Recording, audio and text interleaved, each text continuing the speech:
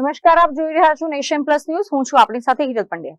વડોદરાની જનતા માટે આજનો દિવસ પરિવહન ક્ષેત્રે ક્રાંતિકારી સાબિત થવા જઈ રહ્યો છે.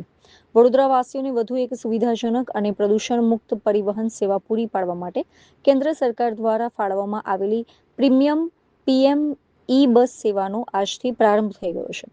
વડોદરાની જાણીતી જીએસએફસી યુનિવર્સિટીના કેમ્પસ ખાતે આયોજિત એક ભવ્ય સમારોહમાં ગુજરાતના માનનીય મુખ્યમંત્રી ભૂપેન્દ્ર પટેલે વડોદરા મહાનગરપાલિકાને ફ્લેગ લહેરાવીને આ આધુનિક ઇલેક્ટ્રિક બસોને શહેરના રસ્તાઓ તરફ પ્રયાણ કરાવ્યું હતું.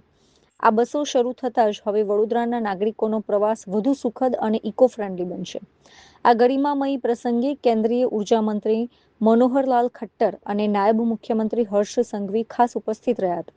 તેમની સાથે વિધાનસભાના મુખ્ય દંડક બાળુ શુક્લ, રાજ્ય કક્ષાના મંત્રી ડોક્ટર મનીષા વકીલ તેમજ ધારાસભ્ય ચૈતન્ય દેસાઈ, કેયુર રોકડિયા, ચૈતન્યસિંહ ઝાલા, શૈલેષ મહેતા અને ધર્મેન્દ્રસિંહ વાઘેલા પણ હાજર રહ્યા હતા. આ ઉપરાંત કાર્યક્રમમાં વડોદરાના મેયર ગીતા મકવાણા અને વડોદરા શહેર ભાજપ અધ્યક્ષ ડોક્ટર જયપ્રકાશ સોની સહિત શહેરના અનેક અગ્રણીઓ અને મહાનુભાવોની ગરિમામયી ઉપસ્થિતિ જોવા મળી હતી. આ નવી ઈ બસ સેવા વડોદરાને ગ્રીન અને ક્લીન બનાવવાની દિશામાં એક મોટું કદમ સાબિત થઈ જશે.